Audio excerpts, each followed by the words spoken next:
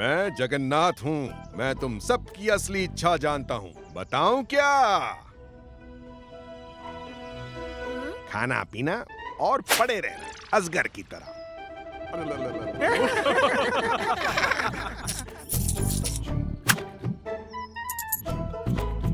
वाह, जगन्नाथ प्रभु बनकर कितनी प्रसन्नता मिली। और धन अलग। ऐसे ही कृपालु हैं मेरे जगन्नाथ।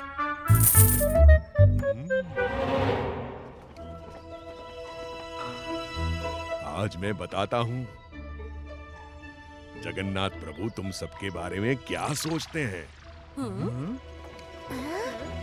लो, आ गए फिर से ये मूर्ख भक्त। इस ममता की सास इतनी कोसती है इसे। रोज ये मेरे पास आ जाती है रोना धोना करने, जैसे मुझे कोई और काम ही नहीं। और वो मगनलाल, इसके बच्चे इसको बिल्कुल सम्मान नहीं देते। उन्हें पीटने की बजाय ये रोज मंदिर आ जाता है। बेशक।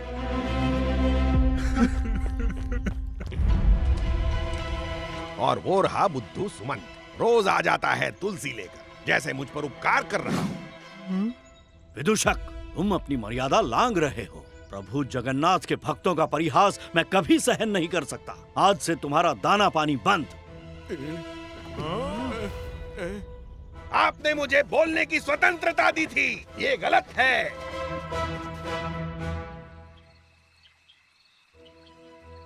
सब झूठ है। लोग कहते हैं भगवान कभी किसी को भूखा नहीं सोने देते, और मैं सुबह से भूखा मार खाकर पड़ा हुआ हूँ यहाँ। विदूषक भैया, मैं आपके लिए महाप्रसाद लाया हूँ।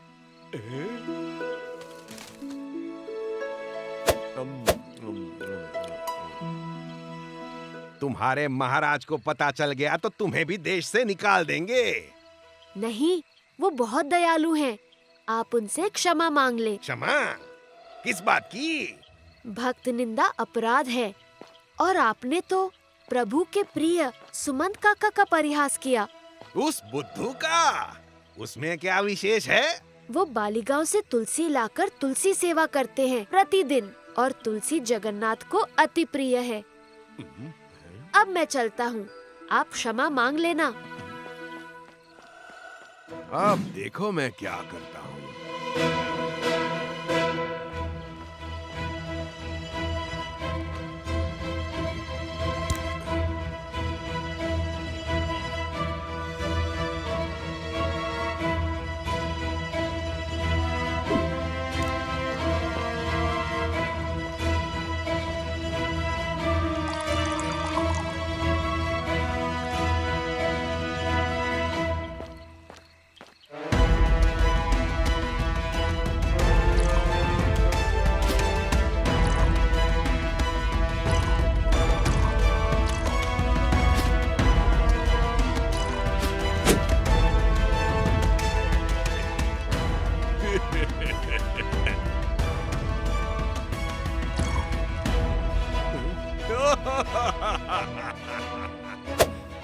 अब पता चलेगा जगन्नाथ प्रभु और उस राजा को कि मैं क्या हूँ।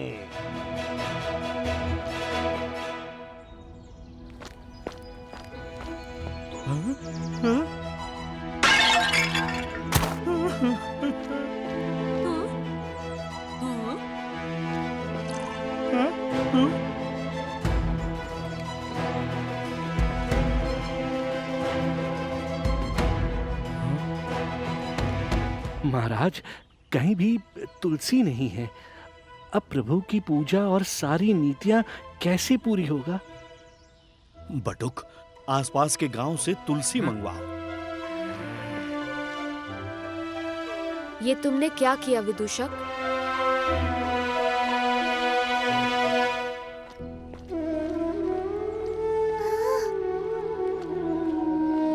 कुछ तो खा ले जगन। तुझे यूं दुखी देखकर मुझे जरा भी अच्छा नहीं लग रहा। तुलसी मुझे अति प्रिय है बलराम। विदूषक ने तुलसी में नहीं, मेरे हृदय में विष डाल दिया है।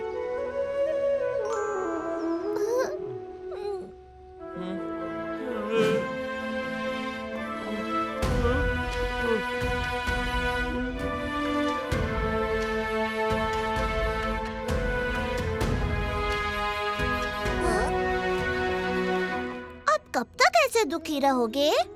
मेरी तुलसी को जो यहाँ कष्ट हुआ है, उसके बाद अब मुझे कुछ अच्छा नहीं लग रहा।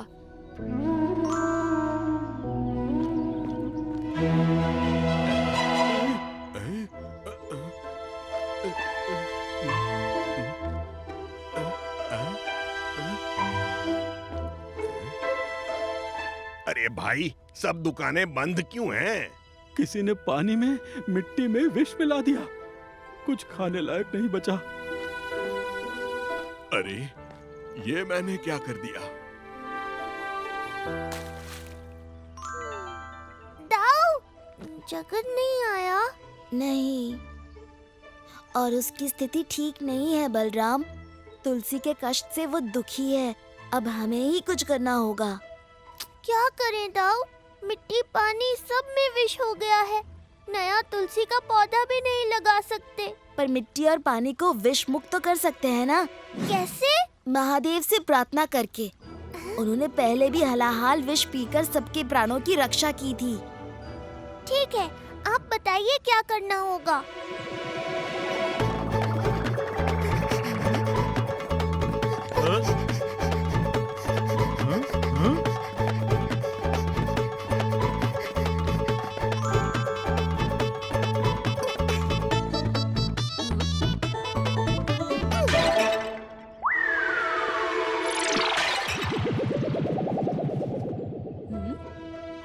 बलराम, क्या कर रहे हो? महादेव का आह्वान माँ। इस मिट्टी में विष नहीं है, इसलिए यही सही रहेगी शिवलिंग बनाने के लिए। गंगा जल।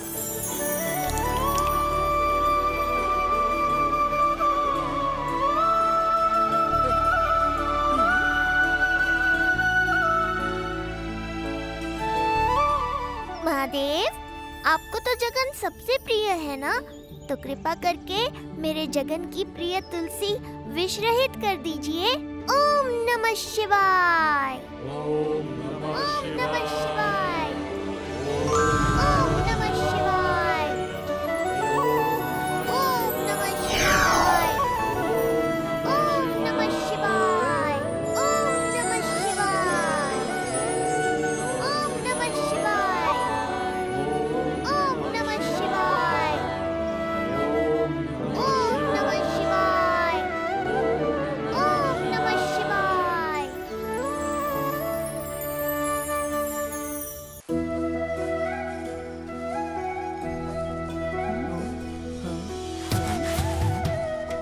गुरु माँ आ गई।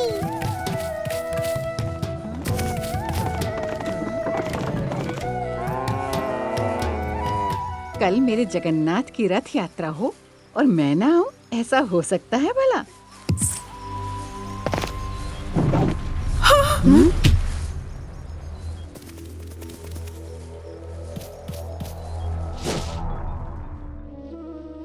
इंदु जी, आपकी रीढ़ की हड्डी टूट गई है। अब 2-3 महीनों तक आपको बिस्तर पर ही आराम करना होगा। क्या? बिल्कुल भी नहीं। मुझे कल महाप्रभु का रथ खींचने जाना है। गुरु माँ का तो हृदय ही टूट गया। पर हम कर भी क्या सकते हैं? हम तो गुरु माँ को रथ तक ले भी नहीं जा सकते।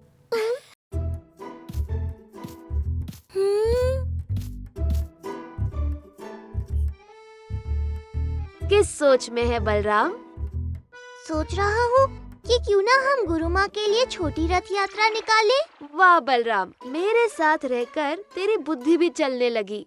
मगर क्या तुम छोटे रथ में समा पाओगे?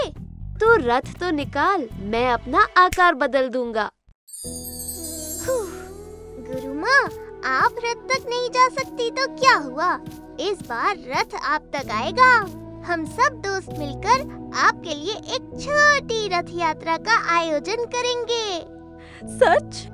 हाँ बिल्कुल, जैसे रथ देवी गुंडीचा के मंदिर जाता है, हम यहाँ गुरुकुल में ले आएंगे। आप मन भर के अपने भगवान को प्यार दुलार कर लेना। सुनो दोस्तों, हम गुरु माँ की मनोकामना करेंगे पूरी। छोटी रथ यात्रा की करने तैयारी। आप सबकी मदद है जरूरी।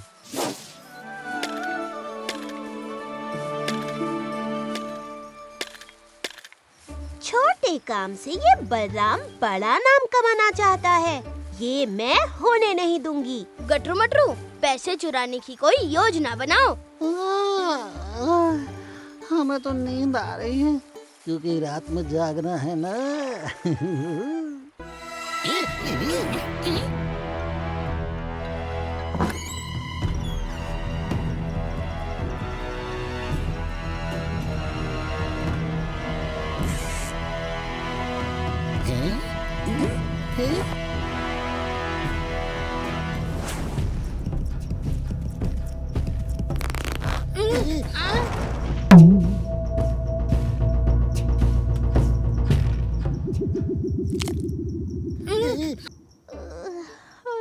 जगन, तू आ गया। तेरा छोटा रथ तैयार करने के पैसे इकट्ठे हो गए हैं। कहाँ है पैसे? वहाँ है पैसे, वो देख।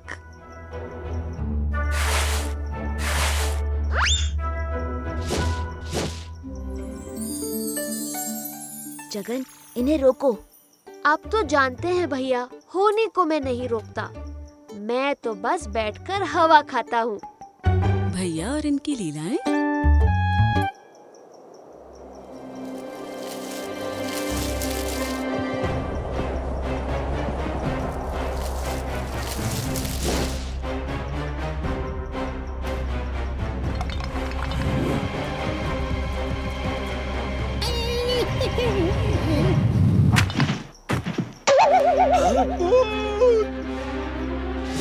अरे बाबा, भूत नहीं, चोर। वो देखो, दूसरे के पास पैसे हैं। चोर चोर, पकड़ो चोर।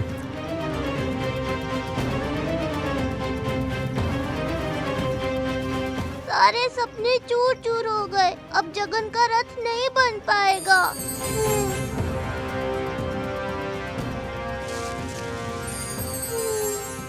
पैसे चोरी हो गए तो क्या, बुद्धि और मनोबल तो चोरी नहीं हुई ना। अगर आंखों में श्रद्धा हो तो अंधेरे में भी रास्ता अपने आप दिख जाता है। समझ गया। दोस्तों, हमें अपने घर की चीजों से ही छोटा रथ बनाना होगा। घर में लकड़ी से बनी गोल, त्रिकोण और वर्गाकार चीजें ले आओ। हम कल सुबह सूरज उगते ही घर से सामान ले आएंगे। चलो फिर अब सो जाओ, कल सुबह बहुत काम करना है। काम तो शुरू हो गया है बाबा, आप और मत सो जाइए।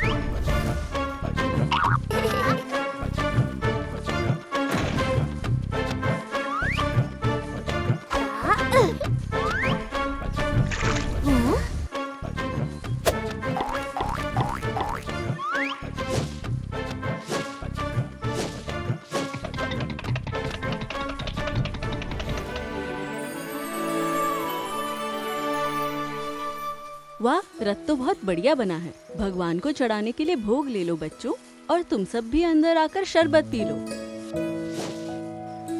चलो, ठंडा ठंडा शरबत पी लेते हैं, फिर गुरुकुल तक रथ खींचेंगे। ये बलराम इतनी जल्दी हार मानने वाला नहीं है। इसे सबक सिखाना पड़ेगा। कटरू मटरू, तुम रथ ठिकाने लगाओ।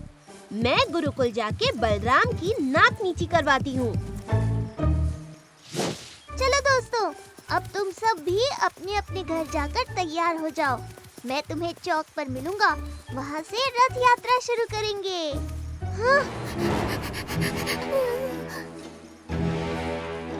मेरे जगन का रथ कहाँ गया? अब गुरु माँ को क्या मुंह दिखाऊंगा?